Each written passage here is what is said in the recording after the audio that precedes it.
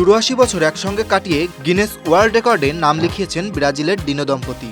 105 বছর বয়সী Manuel অ্যাঞ্জেলিয়াম dino ও 101 বছর বয়সী মারিয়া ডিসুজা ডিনোর প্রথম দেখা হয় 1936 সালে।